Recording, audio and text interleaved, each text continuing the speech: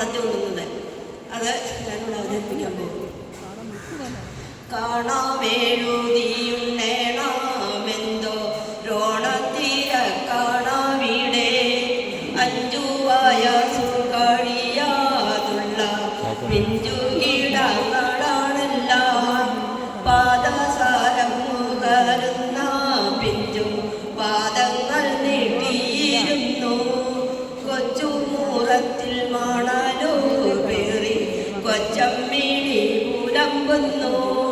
എത്ര ഞാൻ എണ്ണിക്കൊടുത്തോ പണം മത്രയ്ക്കു കല്ലുണ്ടാരിയിൽ പാറുമകളമൊതുക്കി കാരി വാരിക്കുമാരിയുരച്ചു.